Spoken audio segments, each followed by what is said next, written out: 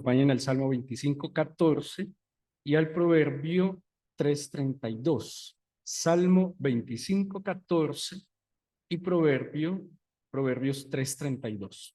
Patricia, qué gusto verte. Me encanta verte por acá. También a tu hijo y a tu cuñada y a tu otro hijo y a tu otra hija también me gusta verlos. 3:32 y Salmo 25:14. Hoy estamos muy internacionales. Ya vinieron de la cumbre, de Buga, de Pradera. Y estamos bien internacionales. ¿De dónde más? De la Flora. Pero sí, sí, sí, porque tienes que atravesar toda la ciudad. ¿Qué tal? Claro que sí. Muy bien, Salmo 25, ¿de Candelaria vienen? Ah, pues claro, Cintia, pero es que Cintia está desde el jueves acá, y eso ya no, eso parece más de la buitrera. Salmo 25:14 y Proverbios 23, y Proverbios 3:32. Vamos a leer atentamente. Dice, la comunión íntima del Señor es con los que le temen. 25:14, ¿sí? Salmo 25:14 y Proverbios 3:32. La comunión íntima del Señor es con los que le temen y a ellos hará conocer su pacto. Eso dice el Salmo 25:14. Y el Proverbio 3:32 dice, porque el Señor abomina al perverso, mas su comunión íntima es con los justos. ¿Qué coincidencias tienen estos dos versículos? ¿Comunión qué? Íntima, ¿sí? Comunión íntima. O sea, una cosa es la comunión, koinonía es que tenemos en común, pero otra cosa es la comunión íntima. Y está hablando de la comunión íntima del Señor, ¿con quiénes?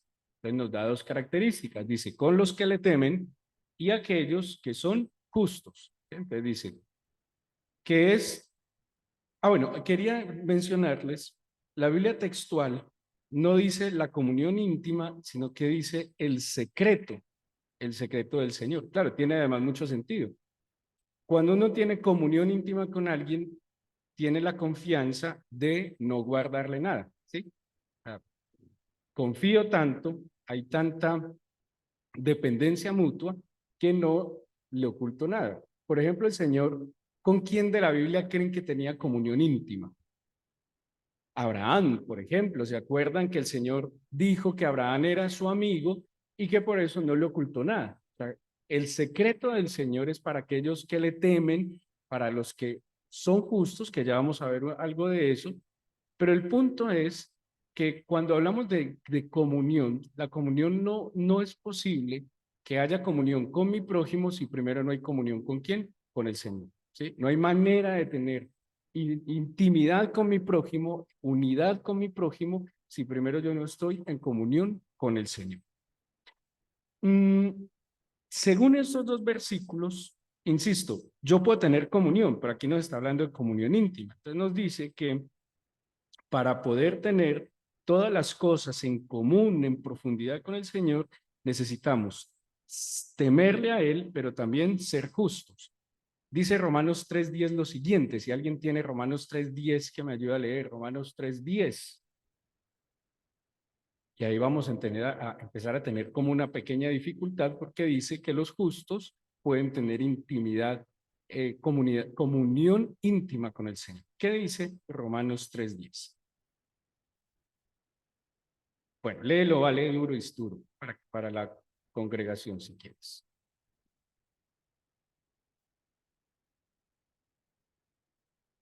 Solo el 10. Dice, no hay justo, ni aún uno. ¿Qué nos está diciendo? Que no hay un ser humano que pueda ser justo. Pregunto entonces, según esto, ¿no podríamos tener comunión íntima con el Señor? Pues según esto, no podríamos tener comunión íntima con el Señor porque dice que no hay ni siquiera uno justo, ¿sí? Ahora, ¿alguien que sea menos malo que otro es justo? No, todos somos injustos y el ser justos tiene que ver en que no damos la medida de justicia del Señor, ¿sí? Porque la medida de justicia del Señor es perfecta.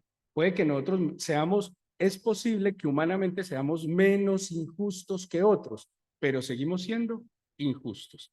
Pero miren lo que dice Lucas capítulo 18. Vamos a Lucas capítulo 18 y vamos a leer algunos versículos. Lucas capítulo 18. Y Lucas capítulo 18 nos cuenta una historia de un encuentro que tiene el Señor con un joven que tenía muchas riquezas. 18. Y dice,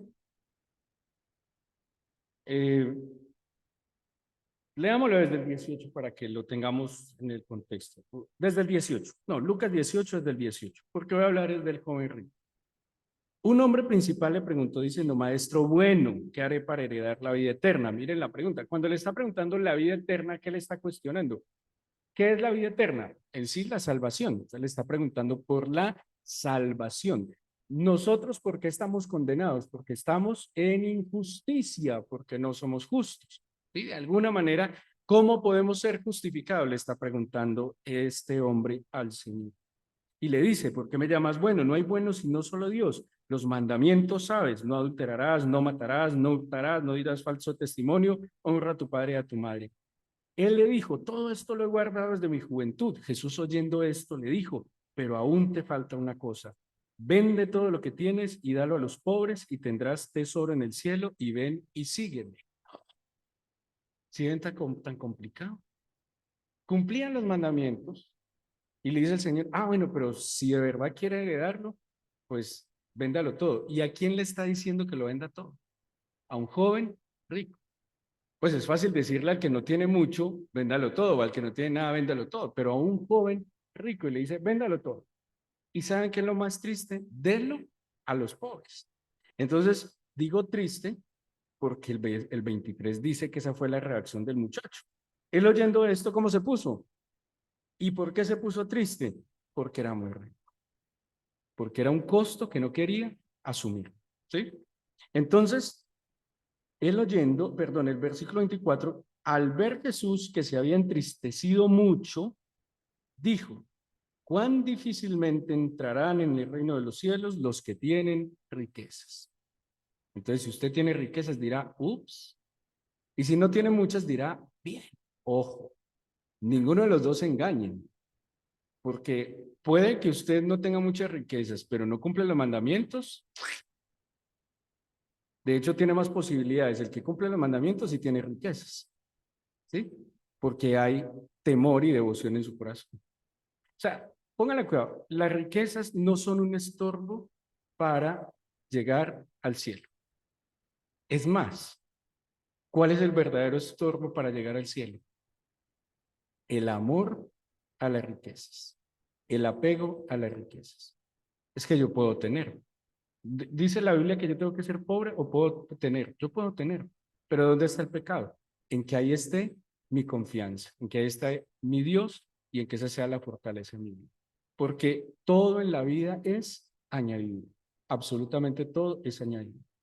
Ojo a lo que dice el 25. Entonces dice, más fácil es pasar un camello por el ojo de una aguja que entrar un rico en el reino de los cielos. Yo les he contado que el ojo de la aguja no es una aguja que uno enhebra.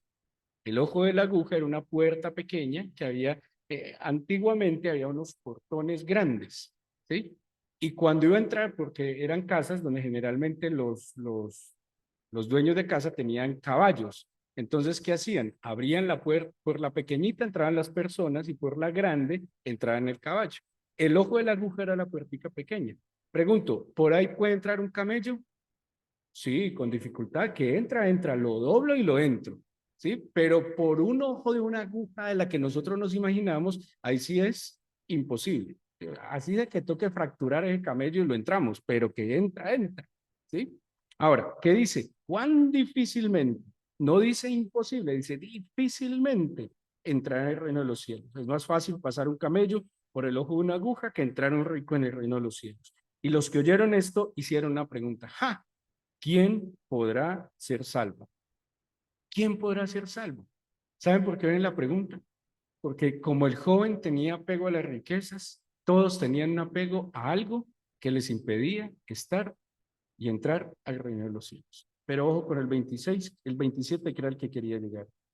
Lo que es imposible para los hombres es posible para ellos. Ahora, Si no hay ni un solo justo y no hay manera que seamos justos, según esto, y acuérdense que la justicia me permite a mí entrar al reino de los cielos, ser salvo, quiere decir que lo que yo no puedo lograr en mi justicia, ¿qué hizo el Señor? Lo logró para mí. O sea que en Cristo soy justo, sí. O sea que en Cristo puedo tener comunión, intimidad con el Padre, totalmente. Pregunto, ¿será bueno tener comunión íntima con el Padre? Pues imagínense que el Señor le cuente en verdad los secretos. Si hay alguien que en verdad sepa lo que es, lo que fue y lo que será, es el Señor. Y aquel que está en comunión íntima con el Señor, todo se lo da a conocer. Yo desde pequeñito no, desde que si mis hijos eran pequeños, yo siempre, desde chiquito les decía, lo sé todo, yo lo sé todo, no me oculten nada que yo lo sé todo. Yo siempre me entero de todo, todo yo lo sé. Por más que ustedes quieran, lo sé todo. ¿Ustedes creen que lo sabía todo? No, pero yo estaba pensando en que ellos se deben encontrar con el Señor, con el cual él sí lo sabe todo, y que de alguna manera ellos tendrían que entender que cada que fueran a hacer algo, tan solo pensar algo, el Señor lo sabía. Ahora, por si acaso, para que Simón y Daniela no se confíen, el Señor sí me muestra todo, me lo cuenta. ¿O no, Simón? ¿Cierto que sí? Sí, tarde que temprano, esa información llega. Llega. Llega en el mejor momento, hasta pienso yo en el mejor momento. Es más, les cuento algo. Yo de ustedes sé muchas cosas sin que ustedes sepan que yo las sé. ¿Por qué? Porque como yo tengo un deber de orar por ustedes, el Señor las muestra de una manera muy particular. O sea, no crean que el Señor me dice, ¿cómo le parece que Isabela y Valeria? No, así no es tan así. Pero no es tan así, pero porque es como a los padres, porque ¿quién tiene el deber de orar por los hijos? Los padres. ¿Quién tiene el deber de orar por la feligresía? Pues los pastores. Entonces, yo creo que el Señor todo lo revela. No hay nada que el Señor no muestre para su gloria. Ahora, volvamos acá. Así que la única posibilidad de ser justos es por la gracia, bondad y misericordia del Señor, que al redimirnos nos justifica, perdona, santifica e identifica con Él. ¿Sí? Que identifica con Él. Todos entonces, todos ustedes, todos los que estamos aquí, tenemos la gran posibilidad de tener comunión íntima con el Señor, porque ya resolvimos el asunto de la justificación. Ahora, ¿qué falta? El temor del Señor, ¿sí? El temor del Señor. Todos hemos pecado. ¿Ustedes creen que todos hemos pecado? ¿Cuándo fue la última vez que pecamos? Seguramente today, por lo menos hoy, ¿cierto? Hemos pecado. ¿Qué dice Romanos 3:23? El Alexa. Todo lo que dije. Uy, chanfle. Ah, ese lo tengo escrito. Te lo voy a decir porque lo escribí. Dice así, la única posibilidad de ser justos es por la gracia de Dios, por su gracia, bondad, misericordia, que al redimirnos nos justifica, perdona, santifica e identifica con Él. ¿Sí? O sea, exacto. O sea que lo que era imposible para nosotros, para poder tener comunión íntima con el Señor lo hizo posible. ¿Cómo? Justificándonos. Muy bien. Dice entonces que todos hemos pecado. ¿Qué dice Romanos 3:23? Si alguien lo tiene.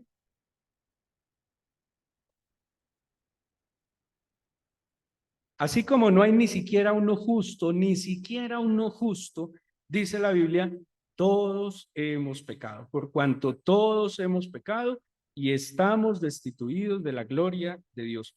Todos hemos pecado. Pero miren el 24, si tienen la Biblia abierta, siendo justificados, lo que les acabé de decir, gratuitamente por su gracia, mediante la redención que es en Cristo Jesús. ¿Sí?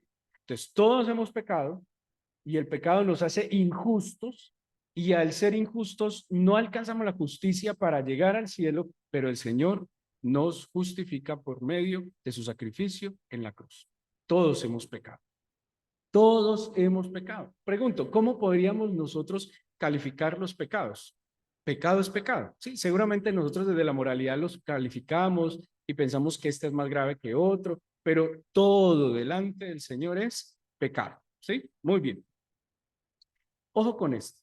Que reconoce que ha pecado y al arrepentirse ha sido perdonado, está quitando la barrera que impide intimar con el Señor. Y esto yo se los he dicho muchas veces. Yo no puedo llegar, si he ofendido a alguien, pretender hablar como si nada con el que he ofendido. ¿Qué necesito primero? Pues reconocer que le ofendí. Perdóneme. Yo no puedo andar por ahí haciendo mal, ¿sí? Es como que ahorita voy a mencionar eso. O sea, yo no puedo saber que le hice algo mal a alguien, que le ofendí, y simplemente llegar con un poco de cinismo como si nada, y más pedirle. Eso pasa con el Señor. Si yo sé que he pecado, ahora, el problema también está en que no sepamos qué es pecado. Por ejemplo, contestarle feo a los papás es pecado. ¿Ustedes qué creen? Porque es deshonra a los papás, ¿sí? Claro que sí. Eh, ¿Cómo? Compártanlo. Honrar a los padres, claro que sí. Por ejemplo, gritar a la esposa y decirle usted no sirve para nada, eso es pecado.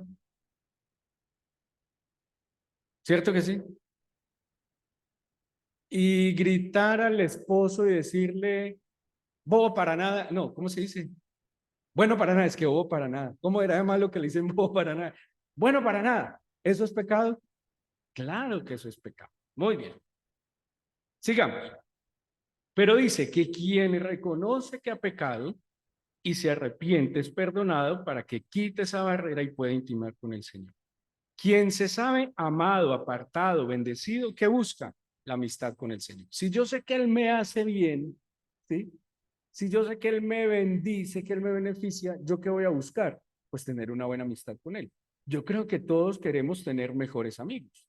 Solo los muchachos son los que a veces descabezados les gusta tener malos amigos. Pero generalmente nosotros queremos tener buenos amigos. O sea, amigos que ¿qué? No me miren así, muchachos, que nos aporten, amigos que nos sumen y no que nos resten, ¿sí? Ahora, ¿creen que la amistad con el Señor le suma a mi vida? Total, yo creo que sí. Pues si yo entiendo que Él me ha bendecido, que Él me ha amado, que Él me ha perdonado, que Él me ha guardado, yo que debería, siendo un poco inteligente, buscar tener una buena relación con el Señor. ¿Se acuerdan de la propaganda del Banco Caja Social? ¿Qué es mejor tener en la vida? Buenos amigos. Y es muy bueno tener buenos amigos, porque es mejor un amigo que el dinero toda la vida, porque el dinero no me puede salvar, pero un amigo sí me puede salvar, en muchos sentidos, ¿sí? Ahora, ¿cuánto más mi amistad con el Señor? Y es que yo debería andar como con miedo. Imagínense uno ser enemigo, no sé, digámoslo así, ¿de quién, de quién, de quién? Imagínense uno ser enemigo de Putin, de verdad. Qué miedo ser enemigo de Putin y de muchos otros, pero pienso en Putin porque a mí me da mucho miedo Putin. Pero imagino, ¿usted cómo andaría por ahí en la vida sabiendo que ese enemigo de Putin lo ofendió? Pues escondido, me imagino, o procurando buscar ser amigo de Putin. Dios es mucho más poderoso que Putin y yo no puedo andar en la vida sabiendo que estoy enemistado con el Señor. Quien teme al Señor y a pesar de fallarle, vuelve a Él porque sabe que lejos de Él, porque sabe que lejos del Señor nada es. Espérenme que me salté. Ya les dije, todos hemos pecado, ¿sí? Viene un subtítulo que me tragué para que me entiendan estos tres puntos que acabo de decirle.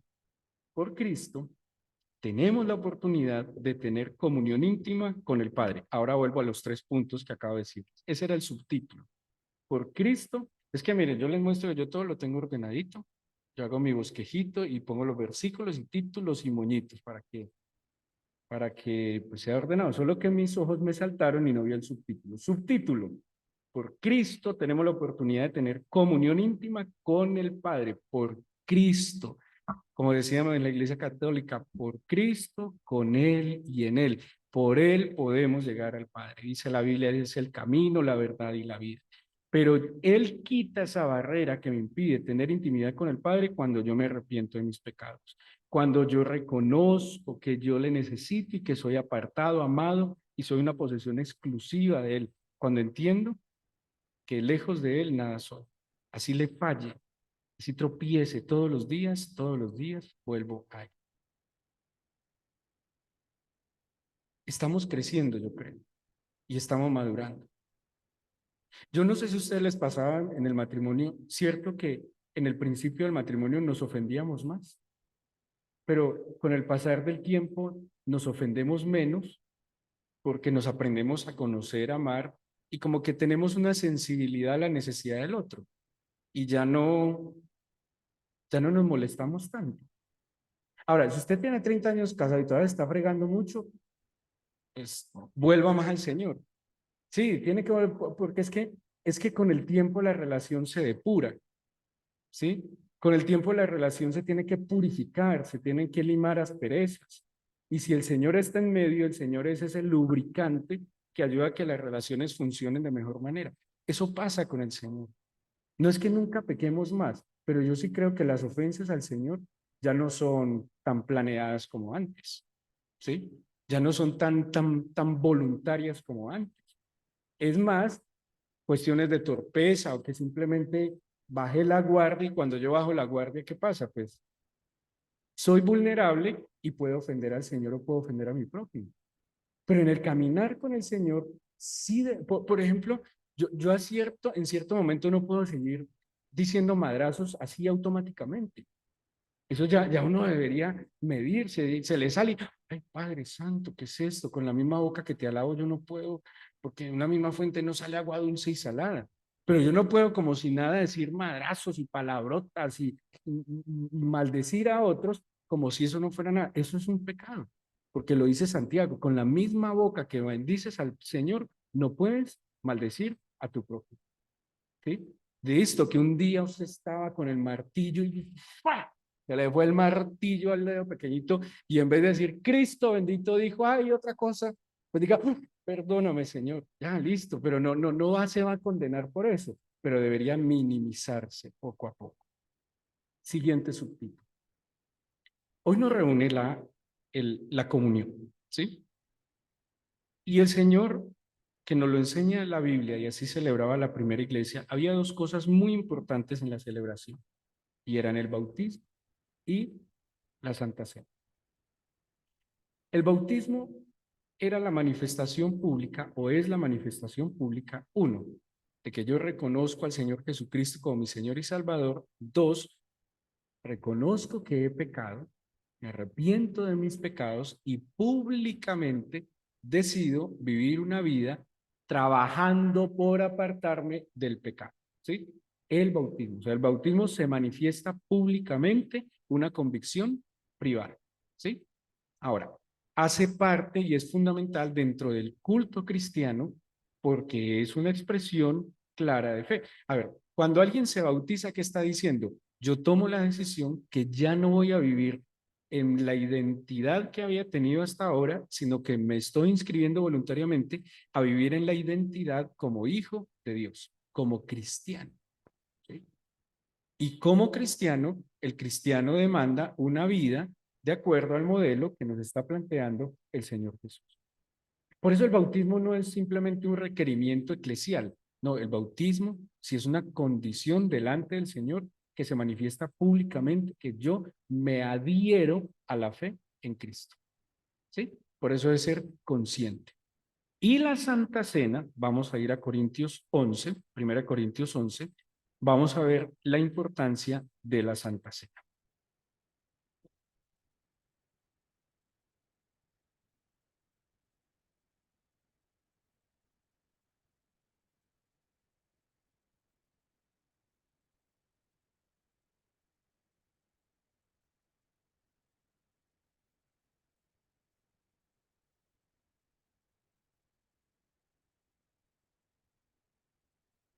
Ahorita miramos la grabación.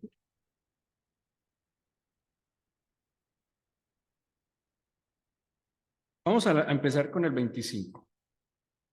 Dicen, asimismo, quiero leerles 25 y 26 de 1 Corintios 11. Asimismo, tomó también la copa después de haber cenado y dijo, esta copa es el nuevo pacto en mi sangre. Haced esto todas las veces que la bebáis, bebierais en memoria de mí. Así pues, todas las veces que comiereis de este pan y bebiereis de esta copa, la muerte del Señor anunciáis hasta que Él venga. Dos cosas vemos ahí. Uno, la Santa Cena es hacer memoria, hacer memoria. Es el acto a través del cual yo hago memoria, yo soy consciente, primero, de que soy pecador. Soy pecador. Voy a decir como algunos hermanos consiervos dicen, dígase usted mismo, abra sus labios y diga, soy pecador. De nuevo, soy pecador.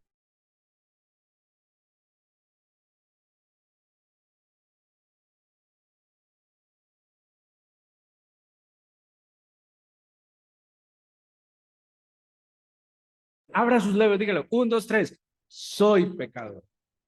Ese es el primer paso para que experimente perdón y libertad. Soy pecador. Soy pecador. Estoy en la carne y en esta carne hay una condición que me está inclinando a que cometa actos de pecado.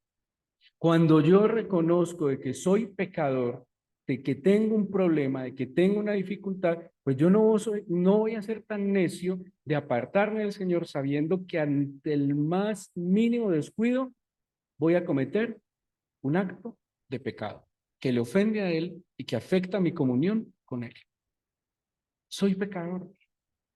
Soy pecador y yo estoy en un peligro constante a través de mis ojos, a través de mis oídos, a través de mi olfato, a través de mis labios, a través de mis manos. Soy pecador, eso es lo que somos. No nos lo neguemos. Alguna vez veía una serie que no les voy a decir el nombre porque pues no es tan recomendable, hace muchos años, pero tenía que ver con un cura muy famoso. Y una vez alguien vino y le contó un montón de pecados, una confesión así, y le dijo, y qué vergüenza con usted, todo esto tan horrible que le estoy contando, y le contaba un montón de cosas. Y él le dijo, a mí no me puede escandalizar el pecado, porque mi trabajo es trabajar ¿con qué? Con el pecado. ¿Te acuerdas? Es trabajar con el pecado. Estamos trabajando con el pecado. O sea, ¿quiénes están aquí? ¿Quiénes vienen a una iglesia? ¿Santos? ¿Inmaculados? ¿Angelitos? No. La única ángela que viene acá es Ángela Escobar. De ahí para abajo ninguno. No, somos pecadores. Somos pecadores, de verdad. Deberíamos llamarnos, deberíamos cambiarle a la iglesia el nombre pecadores arrepentidos. De verdad, tiene mucho sentido. Somos pecadores. No crea que porque usted subió ahora 350 metros más que en Cali, estamos ya tocando el cielo. No, somos pecadores. Y que nuestro único camino, verdad y vida, es el Señor. Lo necesito, lejos de Él nada soy.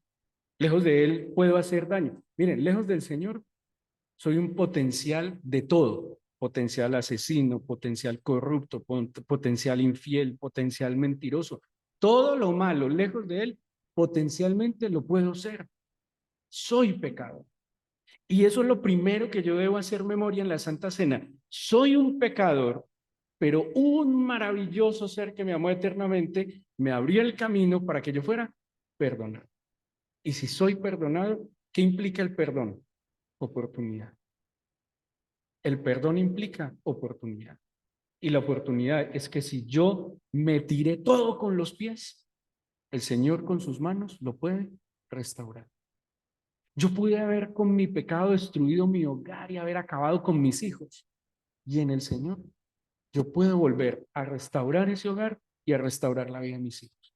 Porque para Él no hay nada imposible. Lo que yo hice con mi necedad, con mi brutalidad y con mi ignorancia, Él con su sabiduría y su amor lo puede restaurar total y absolutamente. En el Señor no hay ni una causa perdida, ni una. Usted puede decir, no, yo ya no tengo caso, mi matrimonio ya no tiene caso, mi vida es lo peor. No, en el Señor nunca hay una causa perdida, nunca, nunca.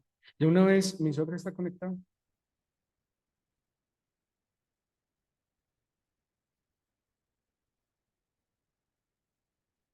Mi suegro es un testimonio de vida, ¿no? Sí. Bueno, mi suegro, que no, él ya lo sabe, pero yo lo amo mucho. Pero mi suegro, Hubo un momento en que molestaba mucho a mi esposa cuando era discípula. Ella era discípula de la iglesia y todavía no, seguramente ella ya oraba por mí, pero todavía no éramos nada. Pero mi suegro la molestaba mucho, no vaya a la iglesia. Y mi suegro era una oposición fuertísima y hasta me confrontó una vez a mí. Entonces yo una vez le dije a Claudia, ¿sabes qué, Claudia? Yo voy a orar por tu papá. O se convierte o el Señor se lo lleva. ¡Ja! No dije nada, ¿no? Pasó Claudia, la mamá, las hermanitas, empezaron a orar. Oye, ¿y qué conversión la de ese tipo? Y se convirtió. O sea, la de ese tipo amado. De aquel maravilloso ser que trajo al mundo esta muchacha. Va a ser cuña. Hoy hace 40 años que la trajeron. A 44. Mi esposa está cumpliendo orgullosamente 44 años. Uy, Dios mío. El mejor vino. Le voy a poner vino Malbec. Bueno, el punto es que en la misericordia del Señor, celebrar la Santa Cena es hacer memoria que yo no merecía nada, que yo estaba condenado a muerte y que aún siendo condenado a muerte le sigo fallando, pero que Él me libró, que Él me rescató, que Él me salvó y Él me perdonó. Pero la Santa Cena no es solo una manera de recordar, es más bien un contacto vital con Jesucristo a través del sentarnos a la mesa. ¿Usted se sienta a la mesa con alguien con quien esté enemistado? ¿Usted sería capaz de invitar a la mesa a comer algo con alguien que usted sabe que habla de usted o que peleó con usted? Por eso es muy difícil cuando estamos enemistados en la casa sentarnos a la mesa. ¿Se han visto lo maluco que es sentarse a la mesa enojados? Esa comida sabe maluco. Y uno para dónde mira en la mesa. Si la mesa está diseñada para que todos nos miremos y estamos enojados, entonces uno está comiendo como y no quiere hacer ni bulla, no quiere ni saborear, porque estar enojado amarga el pan. Ahora, estar en la Santa Cena implica que yo estoy en amistad con el Señor, que yo vengo a compartir con el Señor. La Santa Cena es un medio entonces, dice acá el versículo 26, de anunciar la muerte vicaria de Jesucristo. ¿Qué es la muerte vicaria? ¿Se acuerdan? Sustituta. O sea que Cristo murió por mí. Cristo murió por mí. Valeria, usted tuvo que haber ido a la cruz. Y Valeria Caicedo, Migdonio, usted tuvo que haber ido a la cruz. Migdonio, ¿usted cree que Mari debió haber ido a la cruz? Lo hice a propósito, él iba a hacer esa cara. Es que Mari todavía vive con la cruz al lado. Andrés, ¿usted tuvo que haber ido a la cruz? ¿Y John Jairo Niño tuvo que haber ido a la cruz? ¿O Miriam? Más ella.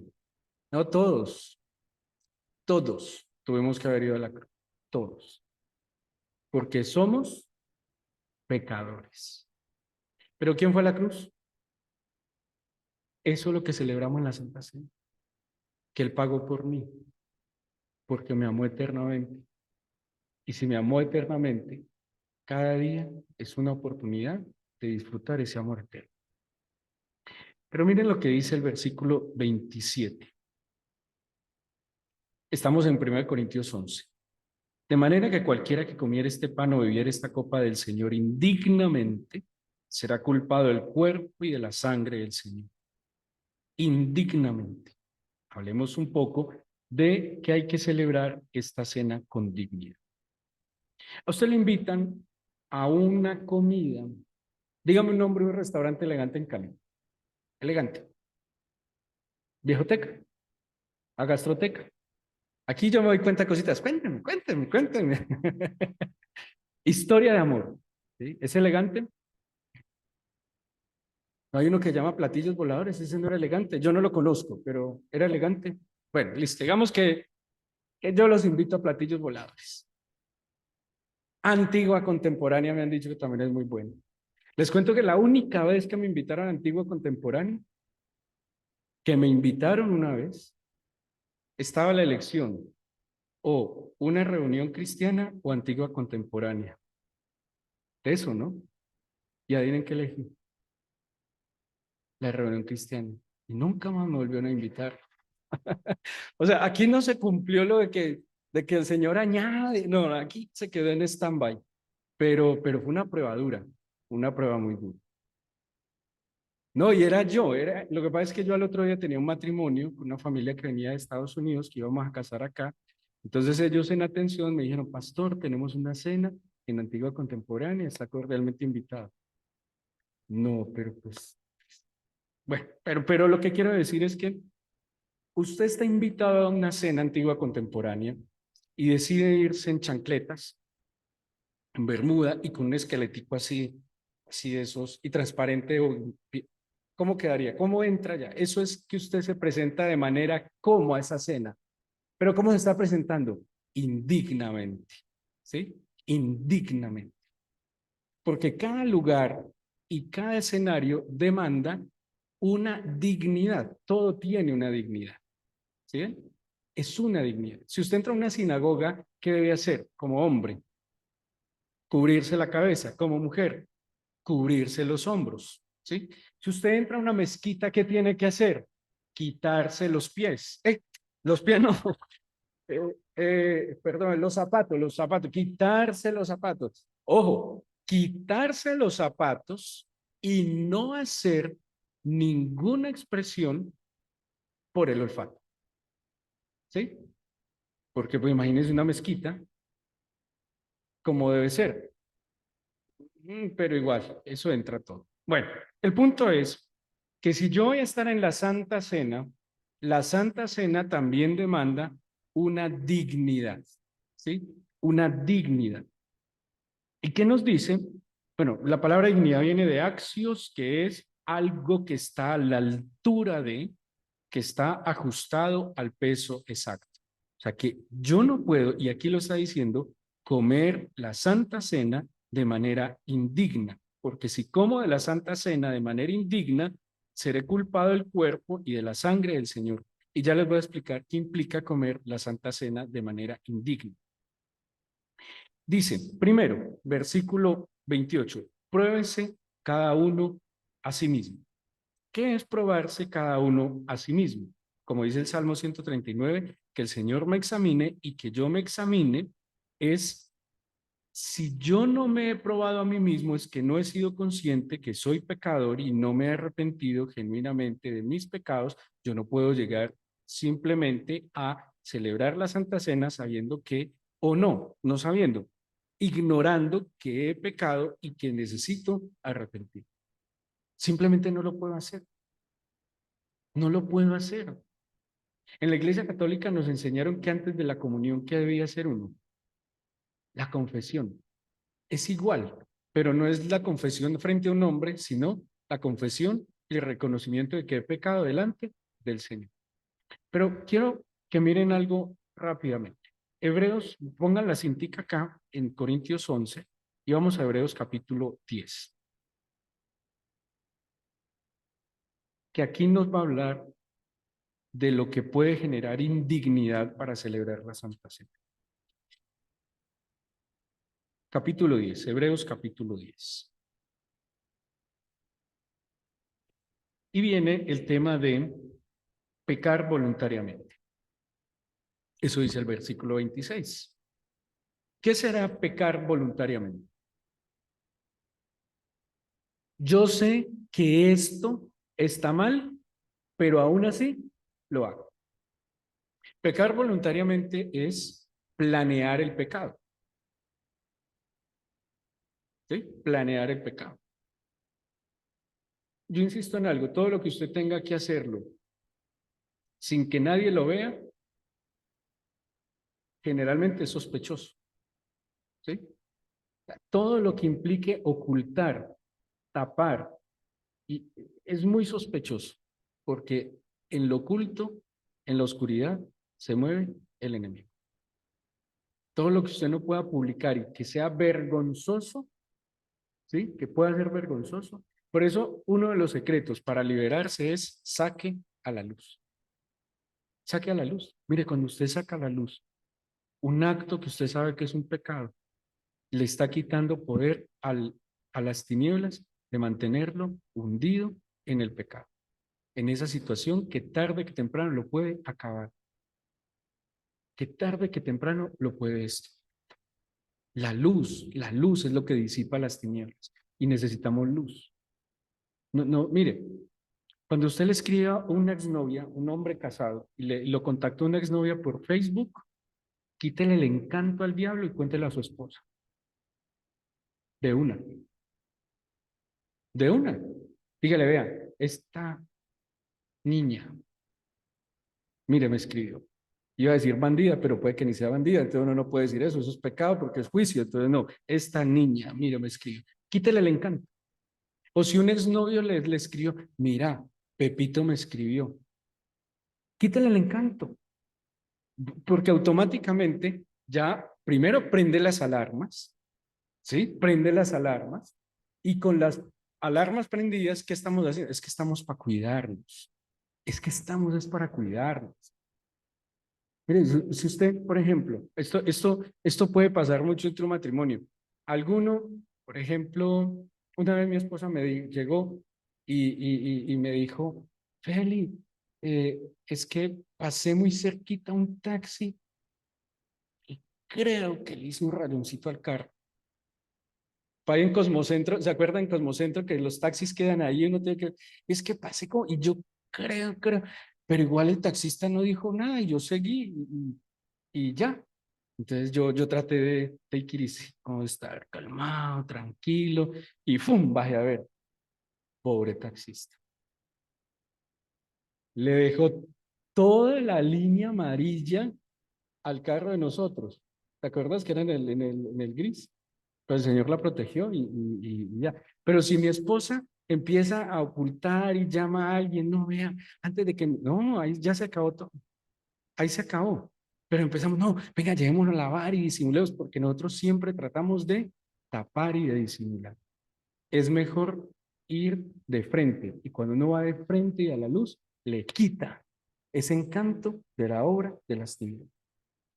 Pero pecar voluntariamente, dice el escritor de Hebreos, dice, si yo peco voluntariamente después de haber recibido el conocimiento de la verdad, ya no queda más sacrificio por los pecados. ¿Por qué?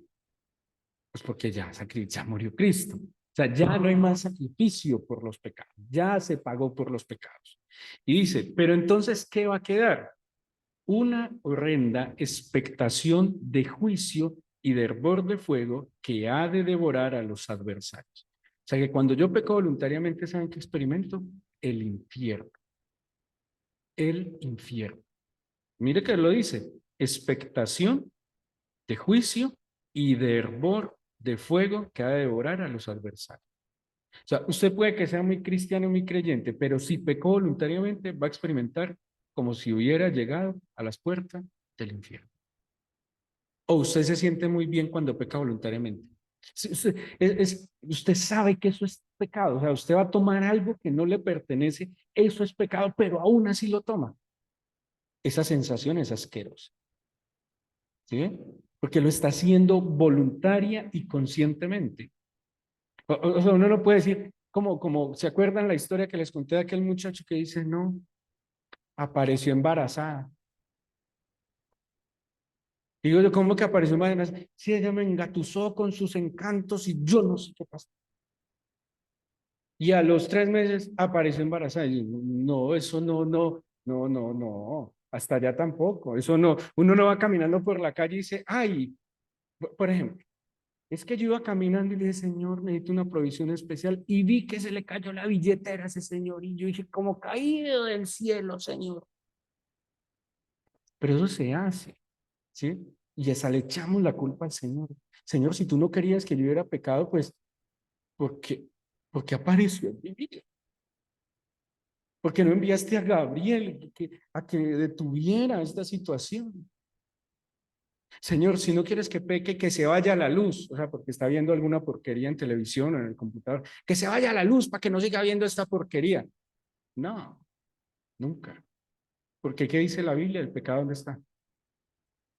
Y aquí, o sea, el deseo está aquí, a la puerta de mi corazón. Dice Pablo, perdón, el escritor de Hebreos, dice entonces, versículo 28, el que viola la ley de Moisés por el testimonio de dos o tres testigos muere irremisiblemente. Versículo 29, ¿cuánto mayor castigo pensáis? Esto espero que nos haga reflexionar, que merecerá el que pisoteara al Hijo de Dios y tuviere por inmunda la sangre del pacto de la cual fue santificado e hiciere afrenta al Espíritu de gracia. Tres cosas pasan cuando yo peco voluntariamente. Uno, pisoteo a Cristo. Pisoteo a Cristo. ¿Sería capaz de pisotear a su mamá, a su papá, que son tan santos? Más santo es Cristo. Pecar voluntariamente es pisotear a Cristo. Dos, es negarse a ver lo sagrado de las cosas sagradas. ¿Saben qué somos nosotros? ¿Qué dice Pablo? ¿Qué somos nosotros? ¿Nuestro cuerpo qué es? Templo. ¿Es sagrado? Yo no puedo hacer con mi cuerpo lo que a mí me parezca. Yo no puedo. Mire, si usted sabe hacer un tatuaje, pregúntele al Señor. Porque es una marca para siempre. Y al Señor, ¿tú quieres que me lo haga? De verdad, Señor, ¿tú quieres que... Por ejemplo, yo cuando estuve en Turquía en diciembre, vi un boom en Turquía, el implante de pelo. Es un boom, porque en Turquía es barato y eso va gente de todo el mundo a hacerse el implante de pelo. Entonces yo veía un montón de gente con implante de pelo. Me entenderán cuál era mi inquietud, ¿no? Entonces, yo le decía, y yo le consultaba al Señor, ¿tú me dejarías hacer un implante de pelo? Y la verdad, pues cuando lo he puesto delante del Señor y ese tema, y la Biblia dice, es que hasta uno que se cayó es por mi voluntad, entonces ha sido su voluntad que se caiga.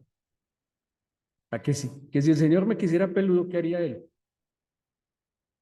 Por su voluntad vendría. Porque mi cuerpo es un templo del Espíritu Santo. Yo tengo que cuidar, yo tengo que honrar al Señor. Entonces, pecar voluntariamente, por eso es negarse a ver lo sagrado de lo sagrado, como mi cuerpo. Mi matrimonio es sagrado, dice, es honroso, es santo el matrimonio. Yo debo ver un matrimonio sagrado. Cuando yo peco voluntariamente, estoy negando lo sagrado que es mi matrimonio. ¿Ustedes creen que el trabajo es sagrado? Yo creo que el trabajo es sagrado. Yo creo que el trabajo es un regalo que el Señor nos da para proveernos y para bendecirnos. Y yo debo tratar mi trabajo con santidad. Pero dice también que pecar voluntariamente es un insulto contra el Espíritu Santo. Ahora, dice pruébese cada uno a sí mismo, ya les acabo de hablar del pecado voluntario. Pero también volviendo a Corintios 11, dice que aquel que no discierne el cuerpo del Señor, dos cosas de discernir el cuerpo del Señor. Y no solo es que el pan representa el cuerpo del Señor, sino que cuál es el cuerpo orgánico del Señor, la iglesia. Y ojo, lastimosamente, la iglesia no es como otras muchas cosas que usted pudiera vivir, otros entornos sociales en los que usted pudiera estar. Y en la iglesia, el Señor nos exhorta a que no tengamos desacuerdo ni ningún sentimiento que no aporte a la unidad. ¿Sí? De hecho, la iglesia es el entorno social donde no debería haber ninguna clase de diferencias, ni sociales, ni políticas, ni, ¿cómo se dice? Económicas, ¿cierto? Socioeconómicas, porque todos somos hijos de un mismo padre, ¿sí? Todos somos miembros los unos de los otros. Entonces, no discernir el cuerpo de Cristo es no entender que la iglesia es uno solo y que el que está a mi lado es tan valioso como yo. ¿Sí? Y que lo único que tenemos todos los miembros de la iglesia son funciones diferentes. Por eso, nadie en la iglesia que sirva debería mirar diferente a alguien que no sirva. ¿Sí ven? Porque para el Señor todos somos parte importante. ¿Se acuerdan del apéndice? ¿Cuándo se piensa en la apéndice? Cuando se la van a quitar, ¿sí? Alguna vez alguien me decía, ay, hay gente en la iglesia que es como un apéndice, que solo alguien, no, yo no lo dije, alguien me dijo hace muchos años. Hay gente en la iglesia que es como un apéndice, que se nota cuando pone problemas. Eso es falso, porque según la Biblia, ¿qué dice? Que todos somos miembros los unos de los otros del cuerpo de Cristo y que todos los miembros son necesarios y útiles. Entonces, ningún miembro en la iglesia, por más que crea que tiene importancia, él puede mirar diferente de manera despectiva a aquel que él considere que no, porque todos son importantes, desde el más pequeñito hasta el más grandecito. Todos. ¿Qué sería la iglesia si no hubieran los unos y los otros? ¿Qué sería la iglesia donde todos fueran, imagínense todos en la iglesia, sí, sí, todos alegres y haciendo así? No, es que no somos como cosas en serie. En la iglesia necesitamos algunos más serios, otros más simpáticos, unos más calladitos, otros más habladores. Necesitamos de todo, de todo. Imagínense que todos en la iglesia fuéramos tímidos. Buenas. No, ¿qué tal? O que todos en la iglesia fuésemos, ¿cómo se dice? Digámoslo, extrovertidos o entradores. Qué pereza todos entradores. No, ahí está el equilibrio. Somos diferentes. ¿Qué tal que fuéramos todos afanados? No, acaban con esto en un 2x3. O que todos fueran como yo. Te quieres, te quieres. Yo soy tranquilo, ¿o no? Bueno, no, entonces no, porque mi esposa dice que no. Yo creí que yo era lento, que era tranquilo. Bueno, ojo, ¿en qué consiste esta indignidad? En no tener el sentimiento de la grandeza de lo que se está haciendo. Este acto es grandioso. ¿Qué más es indignidad? Y lo habla todo el contexto desde el versículo 17. Hacerlo cuando no se está en armonía con el prójimo. No puede haber entre nosotros, 1, murmuraciones, 2, contiendas, 3, envidias, ni chismes. Yo le decía anoche a los de Manizales, cuando usted tenga algo contra alguien o tenga inquietudes, ¿qué debería hacer? Abórdelo, pregúntele, pregúntele a él, pregúntele a él. Es lo más sencillo. Cuando nosotros estábamos en la anterior iglesia, todo el mundo era líder allá, todo el mundo era líder. Había líder de papas, había líder de papayas, había líder de sillas, de verdad, había líder de todo el mundo era líder. Y una vez empezó a dejar de ir la gente a la iglesia, y no iba, y no iba, y no iba, y no iba, y no iba, y se empezaron a ir, y no, eso no es normal que la gente se vaya. Entonces estábamos con el grupo de los líderes, y bueno, ¿qué pasa? La gente, cuando dicen una palabra, no, es que yo no le he querido contar, pero por ahí hay un comentario. Entonces, ¿cómo así que un comentario? No, sí, hace unos días, un comentario muy delicado, pero a mí me da mucha pena preguntar y pues por eso la gente está allí. ¿Y cuál es el comentario? No, que usted se fue para una discoteca con una exnovia y que la líder lo pilló. ¿Ustedes se imaginan el comentario? Es gravísimo. Y yo, casi me pongo a llorar. Yo dije, pero si yo no he hecho nada, ¿cuál exnovia? Y en cada discoteca yo que ni sé bailar. Por Dios, no, donde yo haga eso me parte un rayo, seguramente el Señor no lo va a permitir. Entonces yo le dije, venga, ¿cómo así? ¿Qué pasó? Entonces empezamos a investigar y todo el cuento fue que había una casa donde teníamos un grupo de oración y el muchacho que tenía el grupo de oración, que le decían líder, se encontró con una exnovia en una discoteca y ella lo encontró pero él no era el líder, o sea, él era el anfitrión del grupo de oración y le decían líder. Y entonces él fue el que se encontró con una exnovia y la exnovia y la esposa se dio cuenta y los mechoneó y ella le contó a alguien del grupo de oración y terminaron diciendo el líder, y mire, todo se agrandó un cuento que resultó ser falso. Así que para evitar eso, si a usted le dicen algo de que debería hacer, vaya a la cabeza, pregunte. Pregunte, en vez de multiplicar ¿cómo se dice? El chisme, porque ustedes saben, según la Biblia, ¿qué genera la murmuración? Lepra, María, ¿Y qué más? Y detiene la obra del Señor. La obra del Señor.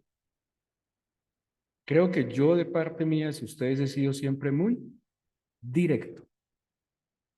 A mí las bobadas no me gustan, porque eso hace que el enemigo se meta en medio de nosotros y acabe la iglesia y el crecimiento. Cuando tenga, mire, si a usted alguien le dice algo así, Fabiolita, te va a contar algo, pero no le va a contar a nadie, ahí está metido el diablo ya. Ya está ahí, ni lo escuche. Ah, yo le voy a contar, y más, esto sí que es diabólico, la adulación. Yo le voy a contar algo porque yo sé que usted es serio. Usted es pero prudente. Y como usted es tan prudente, le va a contar. Eso viene envenenado. Eso está envenenado. No, si usted no puede decir algo que sea público, ¿qué tiene que hacer? Callarse. Ese de aquí entre nos, no.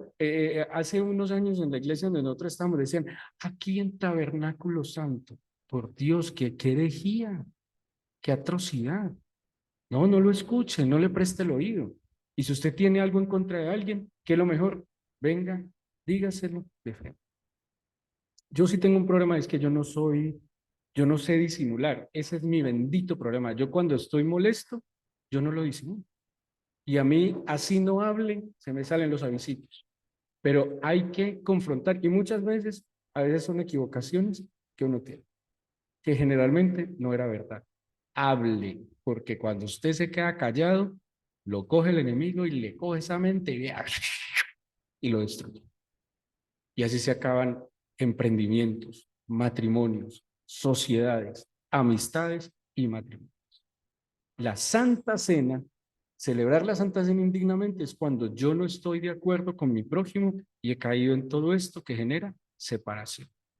Por eso yo les he venido insistiendo cada mes que hacemos este culto. Póngase de acuerdo con alguien.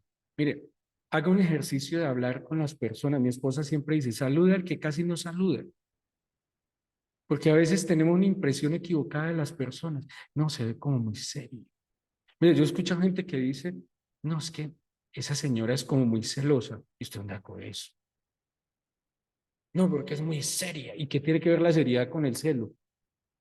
No, no, vaya, pregunte, vaya, hable, mucho gusto, en vez de hacerse impresiones equivocadas. No, ese es todo confianzudo. ¿Por qué? Ay, no, porque saluda mucho. Es simpático, es saludable. Ahora, si usted ve que es confianzudo, pues denúncielo y algo hacemos acá, pero no nos creemos unas cosas que generan divisiones, disensiones y que no nos deja vivir en comunidad. De nuevo, vamos a celebrar la Santa Cena. La Biblia dice que cuando no la celebramos dignamente, ¿qué puede traer? Enfermedad, debilidad y muerte. Y la muerte es separación. No quiere decir de que si usted celebra la Santa Cena, entonces ya nunca más va a volver a pecar porque ahora, ¿la Santa Cena santifica? ¿Sí o no? No, no. Quien me santifica es el Señor. Pero la Santa Cena, el que yo sepa que para celebrar la Santa Cena debo estar en dignidad, pues se lo pongo así de sencillo. Si a usted lo invitan todos los días a comer antigua contemporánea, ¿cómo tiene que mantener vestido? Dignamente. Ahí está el punto. Entonces yo tengo que tratar de mantener mis vestiduras blancas porque no es solo la Santa Cena lo que demanda que yo esté en dignidad, es que yo quiero todos los días estar en comunión íntima con el Señor.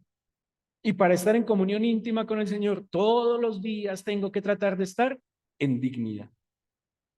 Y en dignidad, ya les expliqué qué implica estar en dignidad. Así que vengan a la Santa Cena. Vístase hoy a la Santa Cena. Si mañana se contaminan los vestidos, tranquilo.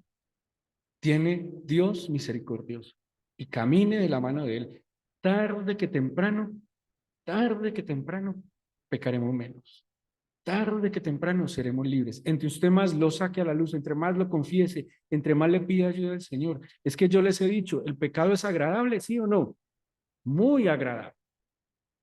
Si el pecado fuera desagradable, nadie pecaría, pero es que es muy agradable, es seductor. Para algunos comer empanadas es pecado, menos las de acá. Pero pregunto, Para algunos podría ser pecado comer empanadas. Sí, porque si tiene problemas de colesterol, si tiene enfermedades, sí es pecado porque está tentando contra lo sagrado. Pero usted dice, no, esta adicción a las empanadas me enloquece, Señor. Yo no puedo vivir sin una empanada. Dígale al Señor, Padre, ven a los domingos, ¿no? Padre, yo no puedo, yo quisiera, pero mira, es que desde chiquito, pero cuéntele. ¿Y sabe qué puede hacer el Señor? Lo libera de esa dependencia de la empanada. Y no come en la iglesia, para tristeza nuestra, pero ese es el punto. Muy bien. Antes de orar, quiero pedirles dos favores.